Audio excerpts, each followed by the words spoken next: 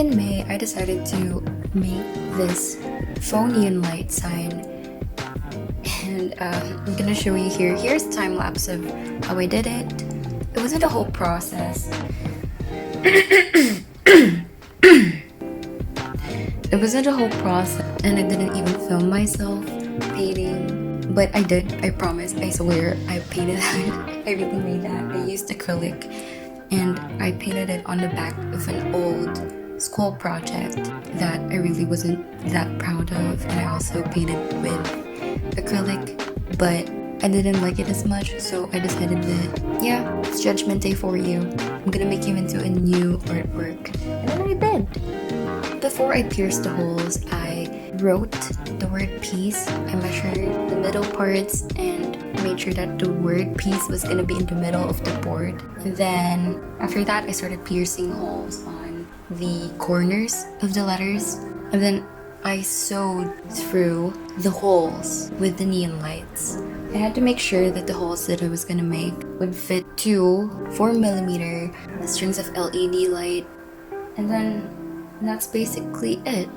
But yeah, it doesn't really work anymore because whenever I try to change the batteries, it always drains immediately, like after 2 days it drains. Maybe it's like some sort of spiritual warfare because this faux neon light sign is Christian. So maybe there's something malevolent in our house that doesn't want me to be reminded of peace. I don't get spirits and demons. Oh yeah, that's not a demon. That's me. I'm saying hi. And yes, I'm wearing a mask inside the house. And that's the finished faux neon light behind me.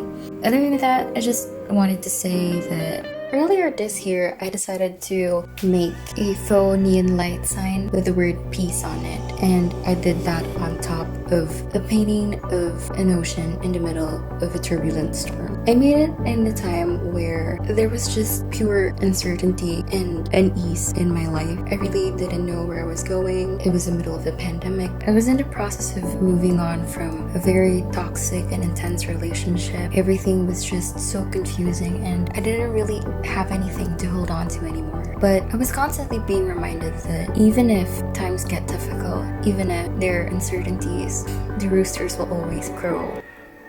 As you can hear probably in the background, the sun will always shine. There's always room for growth, always time for pruning, but there's also ultimately always a time for growing. And of course, there are always lonely boys, like my friend Paul Anka here. It was such an uncertain time to be in, but I'm really proud of this. I never thought that I would do something like this, and this is one of the artworks that I'm most proud of ever. It was born in a time of uncertainty and darkness in my life, but with the word peace glowing above the turbulent storm, it's a reminder that in every season, we can always look to something, someone for peace, for wholeness, someone to calm the storm. It's just a good thing to hold on to. Peace.